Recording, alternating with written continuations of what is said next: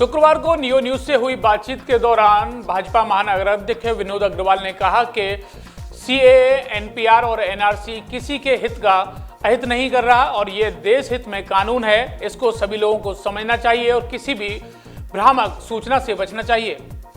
सरकार द्वारा नागरिक संशोधन कानून लाया गया है, लेकिन इस कानून की जानकारी होना बेहद आवश्यक है, हर नागरिक के लिए आवश्यक है। क्योंकि हाल ही में जिस तरीके से ये कानून आया और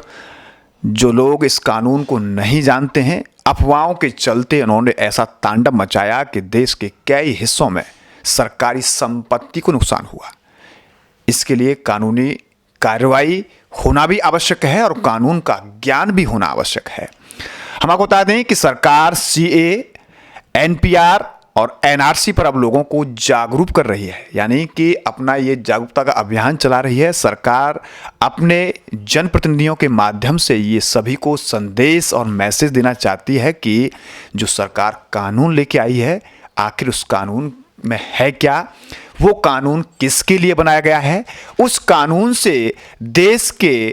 किस नागरिक को क्या लाभ मिलेगा, क्या हानि होगी, इसकी जानकारी होना बेहद आवश्यक है। तो सरकार द्वारा यह अभियान चलाया जा रहा है। इस वक्त हमारे साथ मौजूद हैं भारतीय जनता पार्टी के महानगर अध्यक्ष विनोद अग्रवाल साहब। क्योंकि सरकार से जिस तरह की सरकार की मंशा है, उसके अनुरूप वो जनता को सीए यानी कि नागरिक संशोधन कानून के संबंध में जानकारी देना चाहते हैं। साथ ही साथ एनपीआर और एनआरसी को लेकर जो भ्रम है लोगों में, उसकी भी जानकारी आप देंगे, जो कि सरकार ये अभियान पूरे देश भर में चला रही है और अपने जनप्रतिनिधियों के माध्यम से, अपने समर्थकों और कार्यकर्ताओं के माध्यम से भी ये संदेश देना चाह रही है कि जो लोग इस कानून को समझ नहीं पा रहे हैं, यह सरकार जो व्यवस्था लाना चाह रही है उसको समझ नहीं पा रहे हैं, उसकी जानकारी होना बेहद आवश्यक है। किसी के बहकावे में आकर या अफवाहों के चलते कोई उग्र स्थिति पैदा करना, ये न सिर्फ देश के लिए हानिकारक है, स्वयं उन लोगों के लिए भी हानिकारक है। अब हम बात करेंगे महानगर अध्यक्ष विनोद अग्रवाल साहब से। जिस तरीके से सरकार सीए यानी कि नागरिक संशोधन कानून लेके आई थी और उस कानून को जिस तरीके से प्रेजेंट किया गया और लोगों में उस कानून के बिना समझे और उसके ज्ञान की और इस तरह का विरोध प्रदर्शन और इस तरह का जो तांडव हुआ, सरकार क्या मैसेज इस कानून के माध्यम से देना चाह रही है, क्या अपील वो करना चाह रही है, क्या कहेंगे? मैं सर्वप्रथम अपने महानगर की जनता है उससे निवेदन करना चाहूँगा कि इस कानून को समझे बिना नागरिक संशोधन कानून यह किसी भी देश के किसी भी नागरिक को देश से निकालने के लिए नहीं बना है, वरन यह कानून देश के नागरिकों को प्रामाणिकता देने के लिए बनाया गया है। और अगर हम ऐतिहासिक पृष्ठभूमि में जाएं तो यह देश आर्यव्रत के नाम से और अखंड भारत के नाम से यह देश हिंदुओं का एक देश रहा था। कालांतर में इस देश में अनेक प्रकार के लोग आते गए, हिंदू सहिष्णु होता है। हिंदुओं ने सभी को अपना कुटुंब मानते हुए इस देश में स्वीकार किया था और बड़ा कभी कभी दुर्भाग्य का विषय भी रहा कि हम हिंदू समाज के लोग आपस में कुछ भ्रांतियों के चलते, मनमुटाव के चलते दिग्भ्रमित हुए।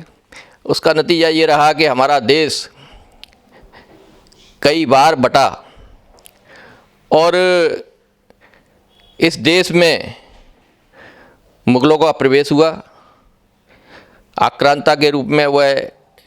भारत में आए और उन्होंने, यह देश रियासतों का देश था, हिंदू रियासतें थीं। उन राजाओं को, रियासतों को भ्रमित करके, जैसा कि आज भी वह हमारी कुछ विरोधी पार्टियां भ्रमित कर रही हैं, उसी प्रकार से कुछ जो गैर राष्ट्रवादी सोच के व्यक्ति थे, राजा थे या उनके साथ और भी लोग रहे होंगे, उन्होंने एक दूसरे के खिलाफ ही, जैसा कि आज भी कांग्रेस या कांग्रेस विचारधारा की अन्य पार्टियां भारतीय जनता पार्टी या संघ शासित, संघ प्रेरित भारतीय जनता पार्टी, जो कि पूरी तरह से राष्ट्रवाद के रूप में, राष्ट्रवाद की सोच के साथ अपने देश को उस परम वैभव की ओर ले जाने के लिए प्रयासरत है, कार्यरत है। दिन रात हमारे प्रधानमंत्री जी 24 घंटे में 20 घंटे काम करके और इस देश को पुनः उस परम वैभव की ओर ले जाना चाहते हैं, जहाँ की विश्व में, हमारे देश में विद्या प्राप्त करने के लिए तक्षशिला और नालंदा जैसी यूनिवर्सिटीज़ थी, उनमें शिक्षा प्राप्त करने के लिए हमारे देश में लोग आया करते थे। हमारे देश की जीडीपी विश्व में सर्वाधिक 32% से अधिक हमारे देश की जीडीपी थी। हमारे देश से हर प्रकार का सामान, हर प्रकार की वस्तुएं निर्यात होती थी और हमारे देश में गरीबी नाम की कोई चीज़ नहीं थी। हमारा देश, जहाँ कहा जाता था कि दूध की नदियाँ बहती हैं, ऐसा हमारा देश रहा था। उस देश में हमारे भ्रांतियों के कारण ही हमारे देश में ऐसी स्थितियां पैदा हुई कि हमारे देश का विभाजन होता गया और आज के दिन लगभग हमारे अखंड भारत में से 16 देश भारत के अलावा और बन चुके हैं। ऐसी स्थिति में यह देश मूल रूप से तो हिंदुओं का ही है, लेकिन जब 1947 में लगभग 50 वर्षों के भीषण जनसंहार और क्रांति के बाद हमारा देश 1947 में आज़ाद हुआ, तब इस देश से के उस समय भी 2 टुकड़े किए गए, जो कि जिन्ना की महत्वाकांक्षाओं के कारण, और उसमें हम कहें कि हमारे पूज्य हैं और भारत उनका सम्मान करता है। महात्मा गांधी जी की भी उसमें क्या व्यवस्था रही पता नहीं, लेकिन उन्होंने उसके लिए सहमति दी, जबकि वो कहते थे कि भारत का विभाजन गांधी जी की लाश के 2 टुकड़े हो जाएंगे तब संभव हो सकेगा, लेकिन उन्होंने सहमति दी। उसका पता नहीं क्या कारण रहे, लेकिन वह वास्तविकता थी। और धर्म के आधार पर, इस्लाम नाम के धर्म के आधार पर पाकिस्तान का बंटवारा हुआ। उसमें इस्लाम को मानने वाले सभी बंधुओं से अपेक्षा की गई कि वह जो इस्लाम मानते हैं, इस्लाम को मानते हैं, वह पाकिस्तान में जाकर अपना स्थान सुरक्षित करें। और उस प्रक्रिया के तहत अनेक लोग पाकिस्तान गए भी, लेकिन वर्तमान में जिस प्रकार से हम देखते हैं कि पाकिस्तान में नरसंहार के द्वारा, ज़बरदस्ती के द्वारा जिस प्रकार से धर्मांतरण किया जाता है, कराया जाता है, उसी प्रकार से हम समझ सकते हैं कि उस समय भारत में भी, क्योंकि मुग़लों ने यहाँ बहुत आतंक मचा रखा था, वह पूरे देश में उन्होंने अपने काबाइली गुट बना रखे थे। और हमारे, क्योंकि हिंदू स्वभाव से सहिष्णु होता है, किसी के ऊपर आक्रमण नहीं करता है, इसलिए हमारे देश में हम कल्पना कर सकते हैं कि उस समय भी धर्मांतरण हुआ। उस धर्मांतरण के चलते हमारे कुछ हिंदू भाई जो मुस्लिम धर्म को अपनाने के लिए बाध्य हुए, ऐसा लगता है मुझे कि वह हिंदू बाद जो हुए धर्मांतरण करने के बाद मुस्लिम बने, लेकिन उनका मन और उनका डीएनए, उनकी सोच, उनकी जीवन शैली हिंदुओं जैसी ही रही। और उन्होंने जो लगभग उस समय 10% के करीब हमारे देश की जनसंख्या के सापेक्ष थे,